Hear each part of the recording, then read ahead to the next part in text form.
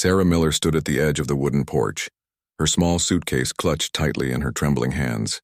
The dusty road stretched endlessly before her, leading to a life she never could have imagined just weeks ago. At 18, she had expected to be planning for college or perhaps finding work in town. But fate had different plans. Her father's gambling debts had finally caught up with their family. The creditors had been patient for months, but patience had its limits.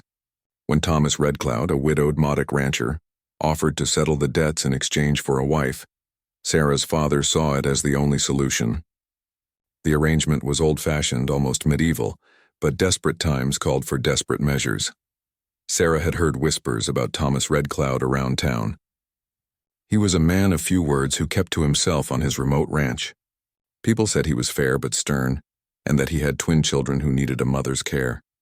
What they didn't mention, what nobody in town seemed to know, was the secret that would change everything Sarah thought she understood about her new life. The wagon that came to collect her was simple, but sturdy. Thomas himself had come to fetch his new bride, though he spoke barely a dozen words during the entire journey. He was a tall man with weathered hands and kind eyes that seemed to hold depths of unspoken stories. His dark hair was streaked with premature gray, and Sarah guessed he was perhaps 15 years her senior. As they traveled deeper into Modoc territory, Sarah watched the landscape change from familiar farmland to rolling hills dotted with cattle. The ranch house appeared gradually through the morning mist, larger than she had expected but showing signs of a man trying to manage too much alone. The paint was peeling in places, and the garden that had once been carefully tended now grew wild with neglect. Two small faces peered out from behind the kitchen curtains as the wagon approached. The twins, Emma and Ethan, were 7 years old and had been without a mother for 3 years. Their curious eyes followed Sarah's every movement as Thomas helped her down from the wagon. She offered them a gentle smile, hoping to ease whatever fears they might have about this stranger entering their home. The house was clean but sparse, clearly the domain of a man who valued function over decoration. Thomas showed Sarah to what would be her room, a small but comfortable space with a window overlooking the back pasture. He explained in his quiet way that he expected her to help with the children and the household, but that she would be treated with respect and kindness.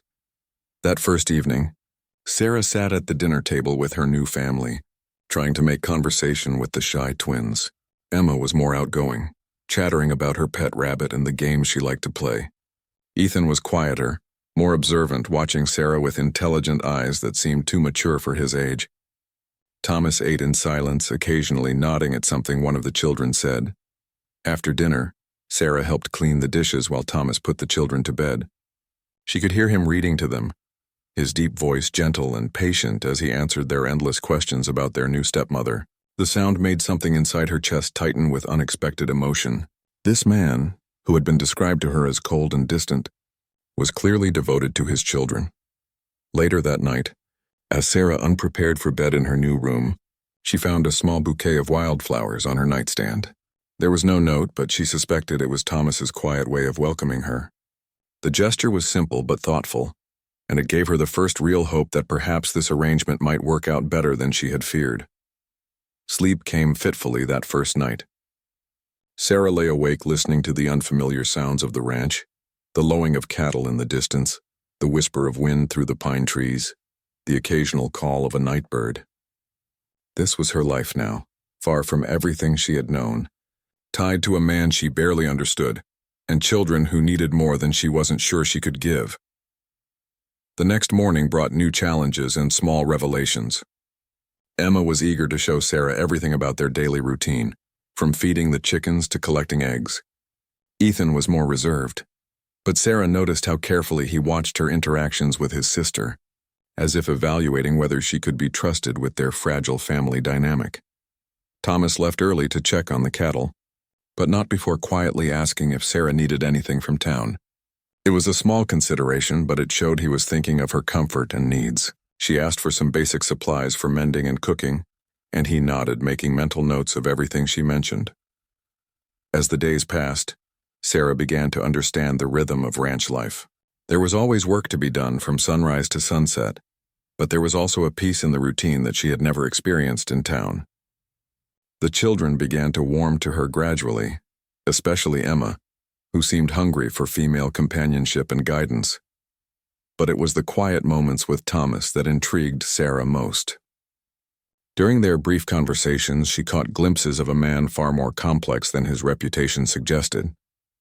He spoke knowledgeably about books, revealed a dry sense of humor, and showed unexpected sensitivity when discussing the children's needs and feelings. One evening, about a week after her arrival, Sarah was mending one of Ethan's shirts when she overheard Thomas speaking quietly to someone in the barn. The conversation was in a language she didn't recognize, flowing and musical in a way that made her pause in her work. When she looked out the window, she saw Thomas talking to an elderly Modoc man who seemed to be a frequent visitor to the ranch. The old man's presence explained some things about Thomas that Sarah had been wondering about. His deep respect for the land, his quiet way of moving through the world, and his obvious connection to traditions that went deeper than the surface life he showed to the townspeople. She realized that Thomas Red Cloud was a man living between two worlds, and that perhaps his marriage to her was part of a larger story she was only beginning to understand.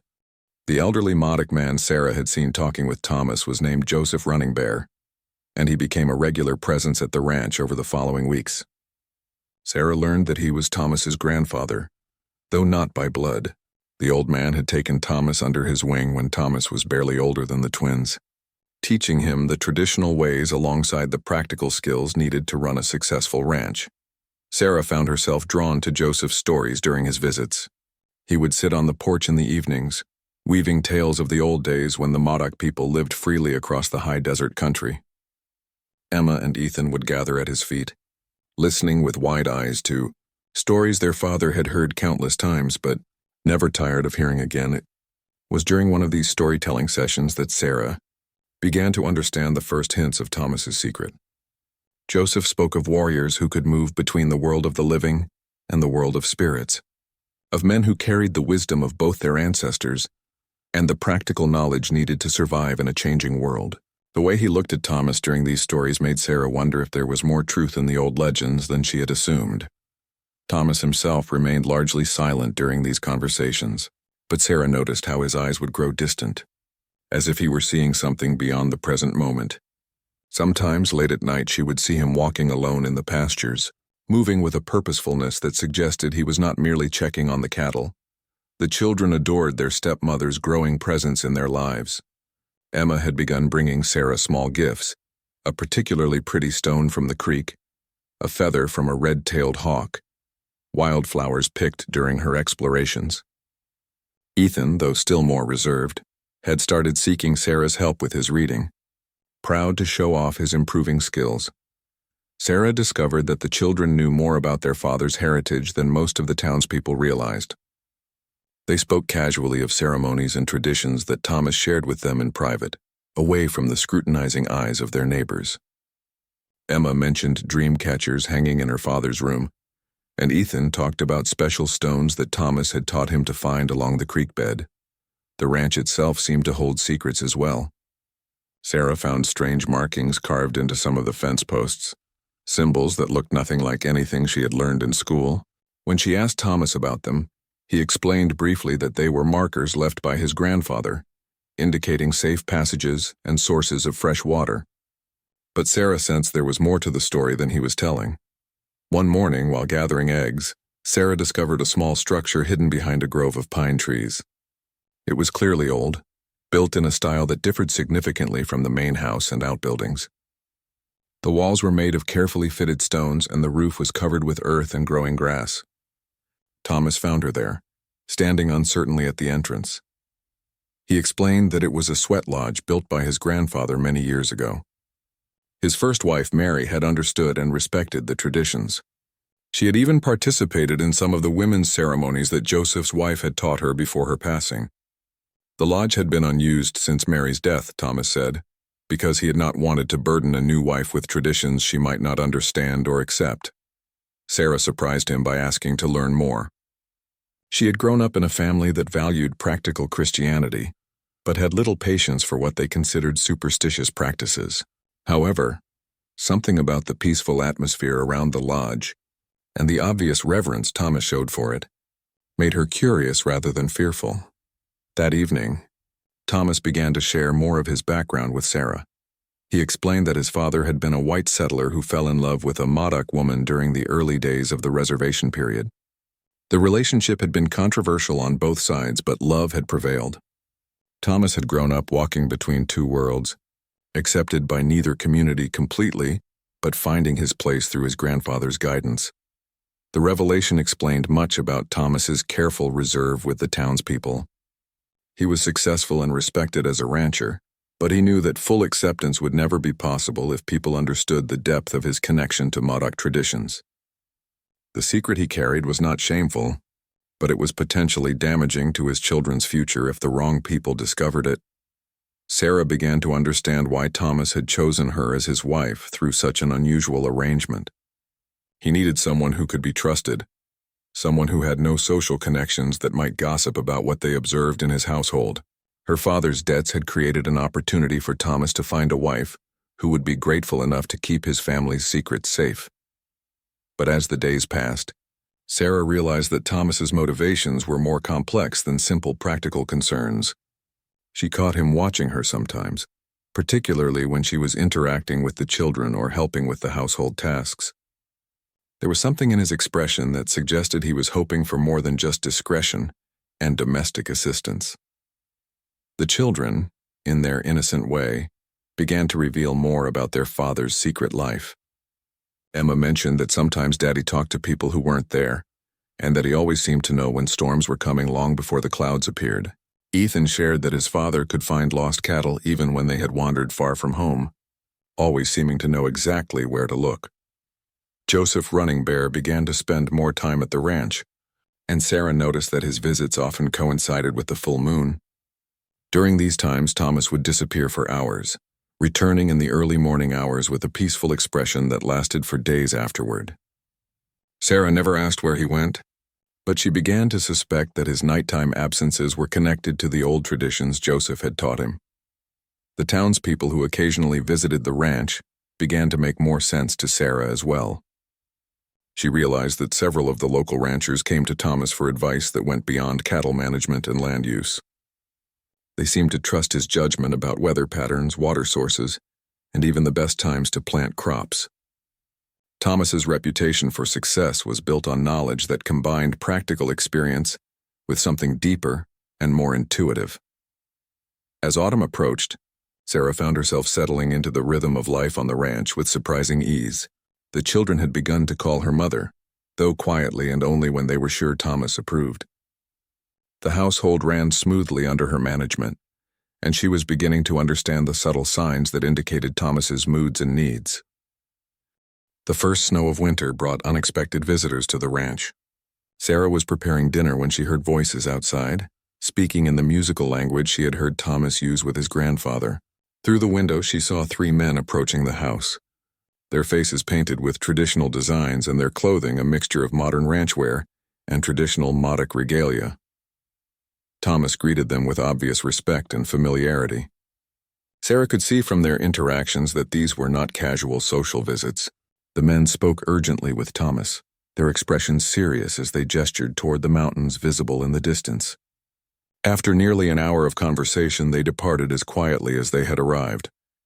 That night, Thomas was unusually quiet during dinner. The children sensed his mood and ate without their usual chatter.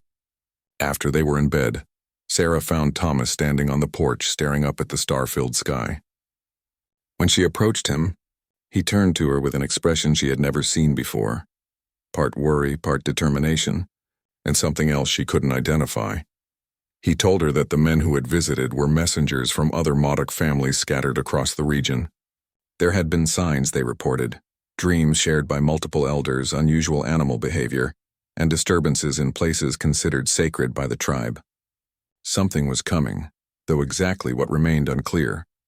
Sarah listened without judgment as Thomas explained that his grandfather had trained him not just in the practical skills of ranching, but in the old ways of reading the signs that most modern people had forgotten. Joseph Running Bear was one of the last keepers of traditional knowledge, and he had passed much of that responsibility to Thomas. The secret that Thomas carried was not just about his mixed heritage or his participation in traditional ceremonies. He was what Joseph called a bridge keeper, someone who maintained the connection between the old world and the new. ensuring that important knowledge would not be lost even as the Modoc people adapted to life in modern America. Over the following days, Sarah began to notice changes in Thomas's behavior that confirmed the seriousness of whatever the messengers had reported. He spent long hours in consultation with his grandfather, and several times Sarah saw him performing what looked like ritual preparations near the hidden sweat lodge. The children seemed to sense the shift in their father's attention, becoming more clingy and seeking extra reassurance from Sarah. Emma approached Sarah one evening as she was mending clothes by lamplight. The little girl climbed onto Sarah's lap and asked in a whisper whether their daddy was going to have to go away like their real mommy had. The question broke Sarah's heart, but it also revealed how much the children understood about their father's responsibilities, even if they couldn't fully articulate what those responsibilities entailed. Sarah realized that she had fallen in love with this complex, mysterious man who had become her husband. It had happened gradually, through small kindnesses and quiet conversations, through watching him with his children and seeing the depth of his commitment to preserving something precious and ancient.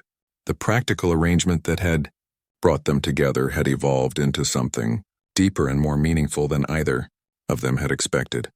But her growing love came with the recognition that Thomas's secret would require sacrifices from all of them.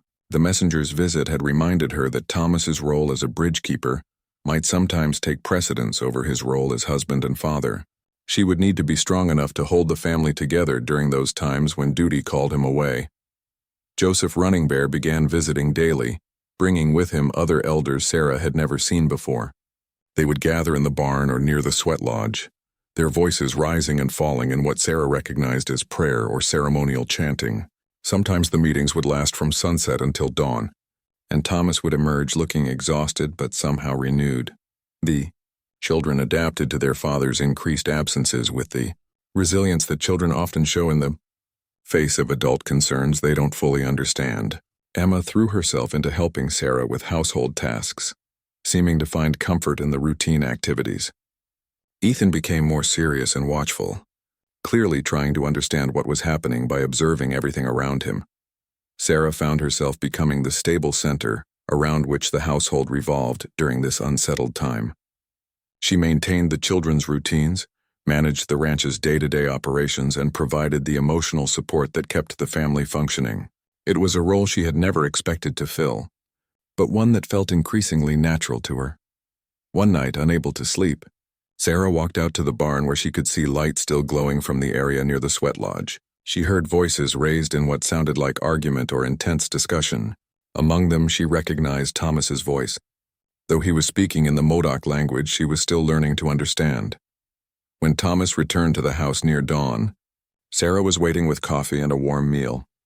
He looked at her with surprise and gratitude, clearly not expecting her to be awake at such an hour. As he ate, he began to explain more about what was troubling the tribal elders. There were plans being made by government officials to relocate several Modoc families to different reservations, breaking up communities that had been rebuilt after the disruption of earlier decades. Additionally, there were rumors of mining companies interested in land that included several sites sacred to the Modoc people. The elders were trying to determine the best way to protect both their people and their sacred places. Thomas's role as a bridge keeper meant that he was expected to help coordinate resistance efforts while also maintaining the public persona that allowed him to operate effectively in the white community. It was a dangerous balance, requiring him to appear completely assimilated while secretly working to preserve and protect traditional Modoc interests. Sarah understood now why Thomas had needed a wife who could be completely trusted. His success in maintaining his dual identity depended on having a household that could function normally, even when he was engaged in activities that the broader community might view with suspicion or hostility. Her role was to provide cover for his real work, ensuring that neighbors and officials saw only a successful rancher with a stable family life.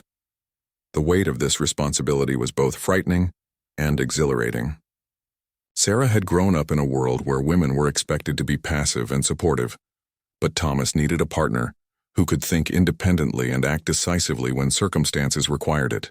She was discovering strengths in herself that she had never known existed.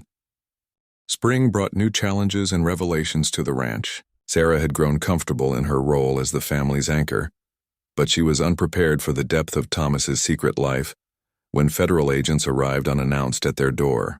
The two men, dressed in dark suits and carrying official badges, claimed to be investigating reports of illegal gatherings on Modoc land.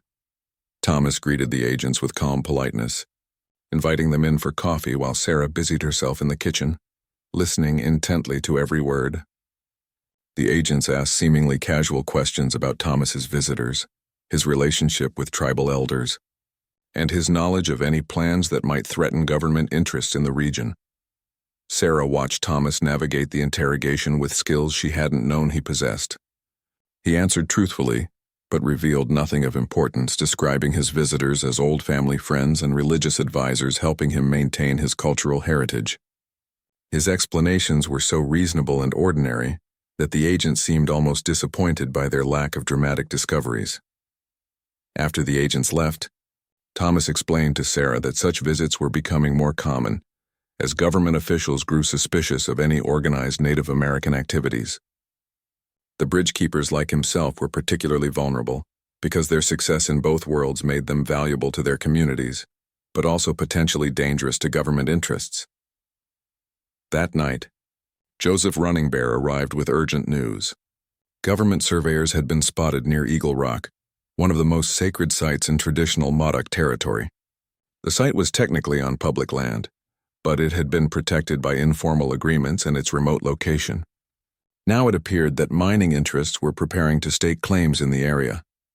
Sarah learned that Eagle Rock was not just culturally significant to the Modoc people, it was also the location of an ancient burial ground and a site where important ceremonies had been conducted for generations. According to Joseph, the rock formations held petroglyphs that contained historical and spiritual information that could not be replaced if the area was developed for mining. Thomas's role as a bridge keeper now required him to coordinate efforts to protect Eagle Rock while avoiding any activities that might provide evidence. For the federal agents who were clearly monitoring the situation, the challenge was enormous: how to organize an effective response while maintaining the appearance of peaceful compliance with government authority.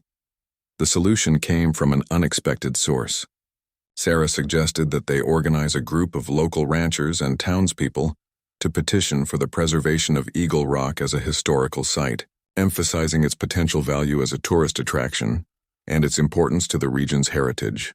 The idea was brilliant because it provided a completely legal framework for protecting the site while building support among non-native residents. Thomas looked at his young wife with new respect and admiration.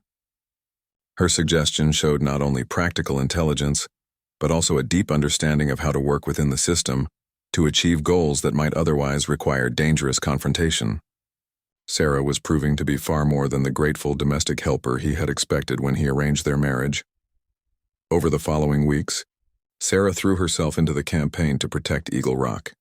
She organized meetings with neighboring ranch families, wrote letters to local newspapers, and even traveled to the county seat to speak with government officials about the historical preservation process. Her efforts were so effective that several non-native families began pressuring their representatives to investigate the mining claims. The children watched their stepmothers' growing involvement in community affairs with fascination and pride. Emma began helping Sarah prepare presentation materials, carefully copying maps and organizing documents. Ethan proved to have an unexpected talent for remembering details about the families Sarah was trying to convince, helping her tailor her approach to each person's particular interests and concerns. Thomas found himself falling deeper in love with Sarah as he watched her navigate the complex social and political challenges their situation required. She had not only accepted his secret life, but had become an active and intelligent partner in protecting what mattered most to his community. Their marriage, which had begun as a practical arrangement, was becoming a true partnership built on mutual respect and shared commitment. But Sarah's success in building support for preserving Eagle Rock also brought new dangers. The mining company behind the land claims had powerful political connections, and they were not pleased by the organized resistance to their plans. Sarah began receiving subtle threats and warnings, including visits from men who claimed to represent business interests but whose manner suggested more serious consequences if her activities continued. Thomas realized that his Wife's safety was now at risk because of her involvement in protecting his community's interests. The irony was bitter. He had chosen Sarah partly to keep his family safe from the consequences of his secret activities, but now those same activities were putting her in danger. Joseph Running Bear called for a meeting of all the bridge keepers in the region to discuss their response to the escalating situation. Sarah was invited to attend, marking the first time a non-native person had been included in such gatherings. Her acceptance by the tribal elders represented both recognition of her contributions and acknowledgement that the traditional boundaries between communities were changing. The meeting took place in a hidden canyon, several hours' ride from the ranch. Sarah was amazed by the number of people who attended, men and women from across the region, many of whom she would never have suspected of involvement in traditional Native American activities. The gathering included successful ranchers, shopkeepers, teachers, and even a few local government officials who were secretly working to protect tribal interests. During the meeting, Sarah learned the full scope of Thomas's secret. He was not just a bridge keeper for his own community, but a coordinator for a network of people working to preserve Native American rights and cultural sites across a wide area. The network included both Native and non-Native members, who shared a commitment to protecting the region's original peoples and their heritage. The plan that emerged from the meeting was complex and risky. They would continue Sarah's public campaign for historical preservation while secretly documenting the cultural and spiritual significance of Eagle Rock in ways that could be used in legal challenges to the mining claims. Simultaneously, they would work to expose the mining companies' questionable business practices and political corruption. Sarah's role in this expanded effort would require her to travel frequently and interact with people who might be dangerous. Thomas struggled with the decision to allow his wife to take such risks, but Sarah herself was determined to continue. She had found a purpose that went beyond her original expectations for marriage, and she was not willing to abandon the fight just because it had become dangerous. The danger Sarah faced became real when she discovered that her mail was being intercepted and her movements were being monitored by men working for the mining company. Thomas found evidence that their house had been searched during one of their trips to town, though nothing obvious had been disturbed. The pressure was intensifying as the mining company grew desperate to silence the opposition to their Eagle Rock claims. Sarah's response to the intimidation surprised everyone, including herself. Instead of becoming frightened into submission, she became more determined and strategic in her efforts. She began varying her routes to town, arranging meetings in unexpected locations and developing coded communications with other members of the resistance network. Her natural intelligence was sharpening into something approaching spycraft. The children sensed the increased tension in their household, though Sarah and Thomas tried to shield them from the most serious concerns.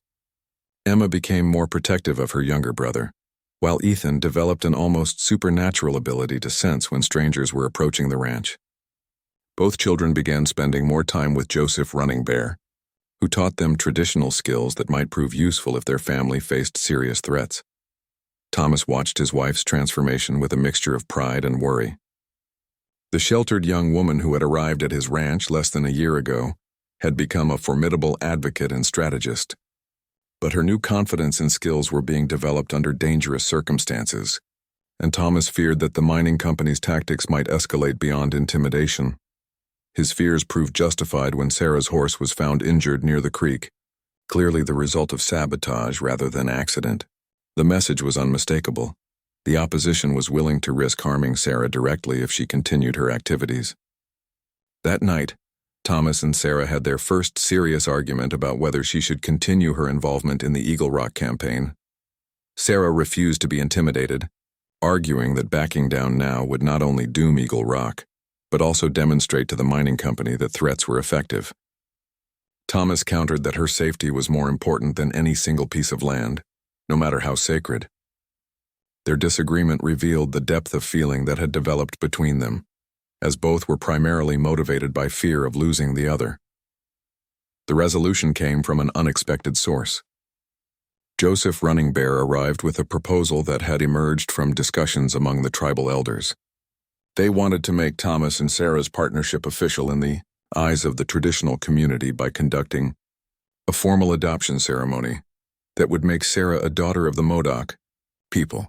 The ceremony would serve multiple practical purposes beyond its spiritual significance. It would provide Sarah with legal standing to speak for tribal interests in ways that might be more effective than her current position as an outside advocate. It would also demonstrate the community's commitment to protecting her, potentially deterring the mining company from further escalation. But most importantly for Sarah and Thomas, the ceremony would formalize the partnership that had developed between them. Their marriage had begun as a practical arrangement, evolved into a loving relationship, and was now becoming a true joining of purpose and commitment that went beyond individual concerns. The adoption ceremony took place at Eagle Rock itself, in a deliberate act of defiance against those who would desecrate the sacred site.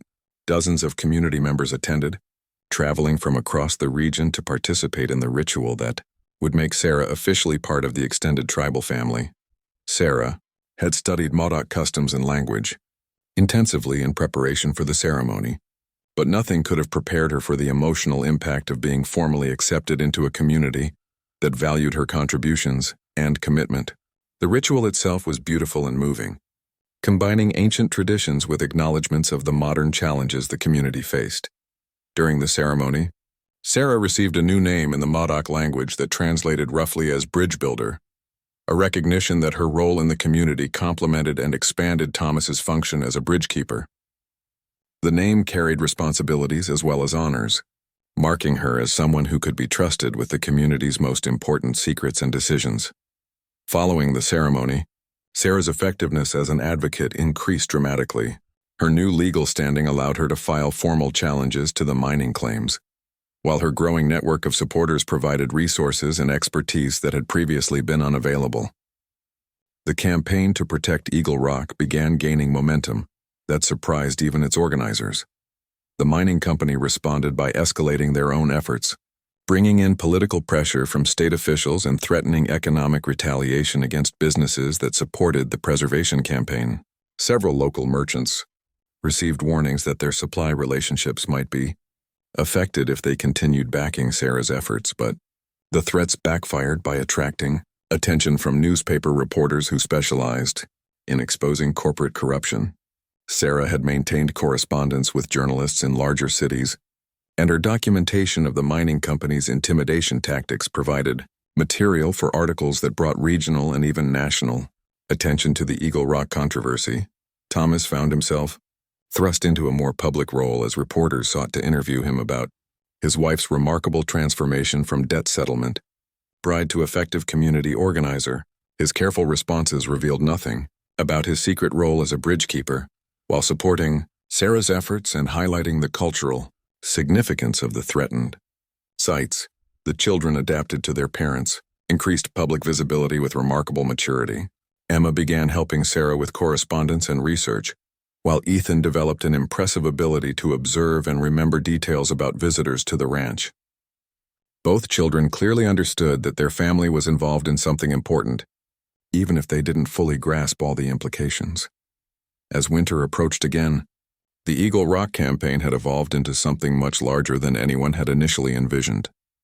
What had begun as a desperate attempt to protect a single sacred site had become a test case for Native American rights and environmental protection that was being watched by communities across the Western territories. Sarah realized that her life had been completely transformed by the secret she had discovered about her husband. The arrangement that was supposed to provide her with security and shelter had instead thrust her into a world of activism and advocacy that was both more dangerous and more meaningful than anything she had previously imagined possible. The success of their partnership had also transformed Thomas's understanding of what it meant to be a bridge keeper. With Sarah's help, he was learning that building bridges between communities didn't always require hiding one's true identity. Sometimes the most effective approach was to stand openly for what one believed while building alliances across traditional boundaries. The arrival of federal marshals at the ranch on a cold February morning marked the beginning of the most dangerous phase of the Eagle Rock campaign. The marshals carried arrest warrants charging Thomas with conspiracy to interfere with federal land development and Sarah with inciting civil unrest. The charges were serious enough to result in federal prison sentences if they were convicted. Sarah watched Thomas being led away in handcuffs with a composure that surprised even her. The months of preparation and contingency planning were paying off as she automatically began implementing the response strategies the resistance network had developed for exactly this scenario. Her first action was to send Emma to the neighbors with predetermined, coded messages that would alert the community to what was happening. The children handled their father's arrest with courage that broke Sarah's heart. Ethan helped his stepmother gather the documents and evidence they had carefully hidden throughout the house, while Emma took charge of the household routine to ensure that everything appeared normal to any observers. Both children clearly understood that their family's safety depended on everyone playing their assigned roles perfectly. Joseph Running Bear arrived within hours, bringing with him a lawyer who specialized in federal cases involving Native American rights. The lawyer, Michael Crow Feather, was himself a member of the Cherokee Nation who had successfully defended similar cases in other territories. His presence reassured Sarah that Thomas would have competent representation, but the legal challenges remained enormous. The mining company had clearly coordinated Thomas's arrest with their own legal strategy, filing civil lawsuits seeking damages for the delays and complications Sarah's campaign had caused their development plans. The combination of criminal and civil cases was designed to bankrupt the family, even if they avoided prison sentences. Sarah's response demonstrated how completely she had embraced her role as bridge builder. She immediately began coordinating with the network of bridge keepers across the region, organizing both legal support for Thomas and continued resistance to the mining company's plans. Her leadership during this crisis proved that the community's faith in her had been well placed. The trial became a public spectacle that attracted attention from across the country. Newspaper reporters, government officials, mining company representatives, and supporters of Native American rights converged on the small courthouse where Thomas and Sarah would fight for their freedom and their cause. Michael Crow Feather's defense strategy was brilliant in its simplicity. He argued that Thomas and Sarah had engaged in nothing more than legitimate civic advocacy, exercising their constitutional rights to petition their government and organize their community around shared concerns. The prosecution's case, he contended, was an attempt to criminalize democracy itself, but the real breakthrough came when Sarah's documentation of the mining company's intimidation tactics provided evidence of corruption that extended far beyond the Eagle Rock controversy. Her careful record-keeping had captured a pattern of illegal behavior that implicated several government officials in accepting bribes and manipulating land use decisions. The revelation shifted public attention away from Thomas and Sarah's alleged crimes and onto the mining company's documented corruption. Newspaper editorials began questioning why the defendants were being prosecuted while the companies that had clearly violated federal laws were being protected by the same officials bringing the charges. During her testimony, Sarah revealed the full story of how she had discovered her husband's secret and become involved in protecting Eagle Rock. Her account of transformation from reluctant bride to committed advocate resonated with women across the country who saw her as an example of unexpected strength and determination. Thomas's testimony provided the court with its first detailed explanation of what it meant to be a bridge keeper and why the traditional knowledge he protected was valuable not just to Native American communities, but to all people who depended on the land for their survival. He spoke eloquently about sustainable farming practices, weather prediction methods, and natural resource management techniques that had been developed over centuries of careful observation. His testimony revealed that the secret knowledge he had been protecting was not mystical or threatening to modern society, but rather a sophisticated understanding of ecological relationships that could benefit everyone. The mining company's plans for Eagle Rock, he explained, would destroy not only sacred sites, but also critical watershed areas that supported the entire region's agricultural economy. The prosecution's case began to collapse as witnesses testified about the mining company's pattern of corruption and intimidation. Several government officials who had initially supported the charges against Thomas and Sarah quietly withdrew their testimony, clearly concerned about their own legal exposure. As the investigation expanded, the jury deliberated for less than 3 hours before returning verdicts of not guilty on all charges against both Thomas and Sarah.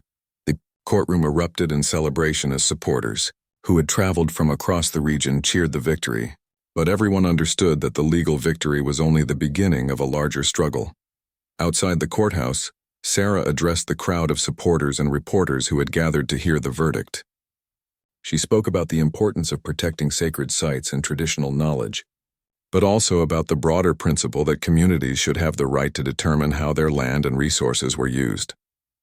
The speech marked Sarah's emergence as a public figure in her own right, not just as Thomas's wife or as a member of the Modoc community, but as an advocate for environmental protection and community rights who could speak effectively to diverse audiences across cultural and ethnic boundaries. The mining company's plans for Eagle Rock were permanently abandoned following the trial, partly because of the legal challenges, but mostly because the publicity had made their project politically impossible. State officials who had initially supported the mining claims began supporting preservation efforts instead, recognizing which way public opinion was moving. Thomas and Sarah returned to their ranch as heroes to their community, but they also returned as changed people. The crisis had tested their partnership and proven its strength, while also revealing capabilities in both of them that they had not previously recognized. The children had matured significantly during their father's absence and the family's time in the public spotlight. Emma had developed strong organizational skills and a passionate interest in advocacy work, while Ethan had become remarkably perceptive about people's motivations and intentions. Both children were clearly destined to become bridge builders themselves when they came of age. Joseph Running Bear pronounced himself satisfied with the outcome of events, but he also warned that the victory at Eagle Rock was only one battle in a longer war. Other communities were facing similar threats, and the network of bridge keepers would need to adapt their methods to meet new challenges as Western development continued to accelerate. The success of the Eagle Rock campaign had demonstrated that traditional Native American communities could defend their interests effectively by building alliances with sympathetic non-Native supporters and by using legal and political systems that had previously been used against them. The model that Thomas and Sarah had helped develop would be studied and replicated in other struggles across the region. 5 years after the Eagle Rock trial, Sarah stood once again on the porch of the ranch house, but this time she was watching her own children play in the yard alongside Emma and Ethan.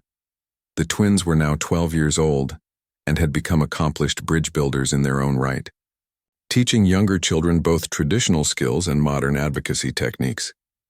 Sarah's transformation from reluctant bride to community leader had become legendary throughout the region.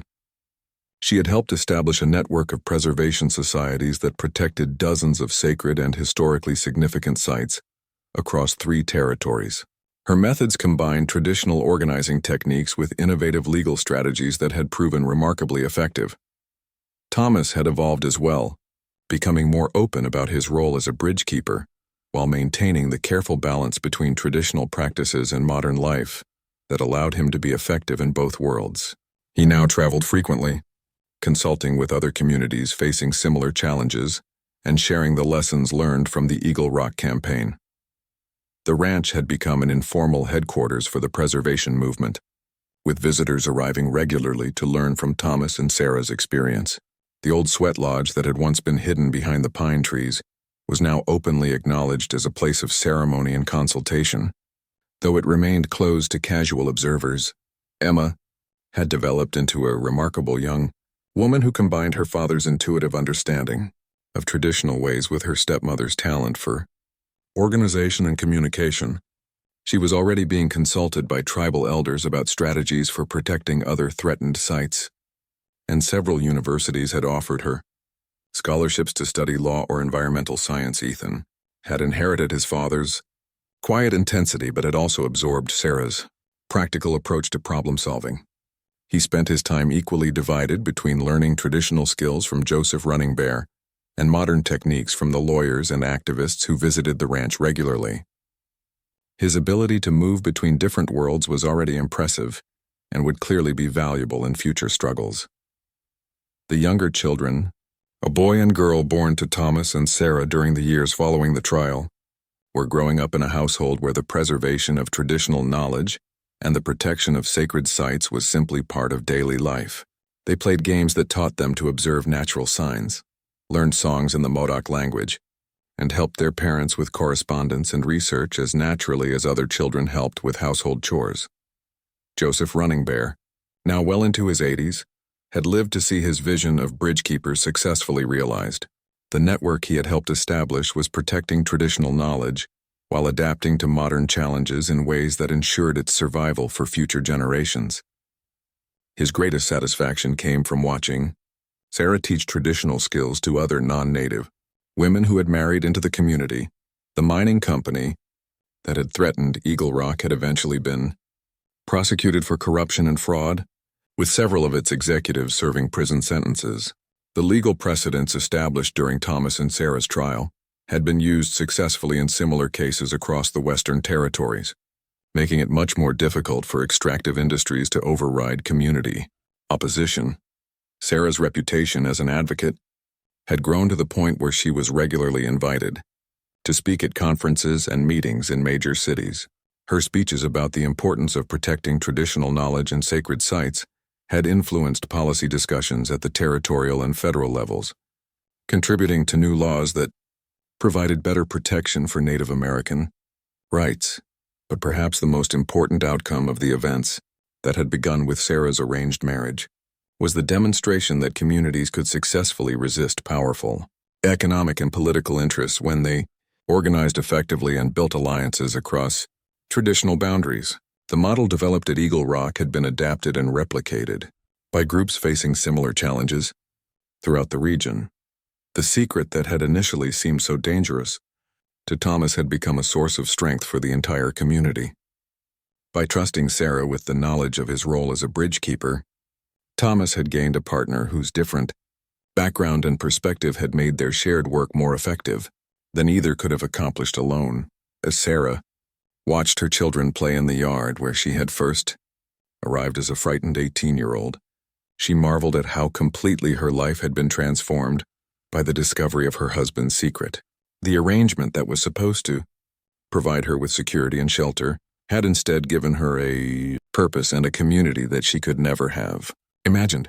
The ranch that had once seemed isolated and remote had become a center of activity that connected them to people and causes across a vast network. Sarah's transformation from debt settlement bride to respected community leader had taken her far beyond anything she had thought possible, but it had also brought her home to a life that felt completely authentic and meaningful. Thomas often told people that the greatest secret he had ever kept was not his role as a bridge keeper, but his recognition from the very beginning that Sarah would become far more than the grateful domestic helper he had thought he was arranging to marry. The young woman who had arrived at his ranch carrying only a small suitcase had brought with her capabilities and potential that had surprised everyone, including herself. The children who were growing up on the ranch would face different challenges than their parents had confronted, but they were being prepared with knowledge and skills that combined the wisdom of traditional ways with the practical necessities of modern life. The bridge-keeping tradition that Joseph Running Bear had passed to Thomas was being passed to a new generation that would adapt it to meet whatever challenges the future might bring. As the sun set over the mountains that surrounded Eagle Rock, Sarah felt a deep satisfaction in knowing that the sacred sites and traditional knowledge that had been threatened when she first arrived at the ranch were now more secure than they had been in generations. The secret that had once seemed so dangerous had become a foundation for building a stronger and more resilient community that honored both its past and its future.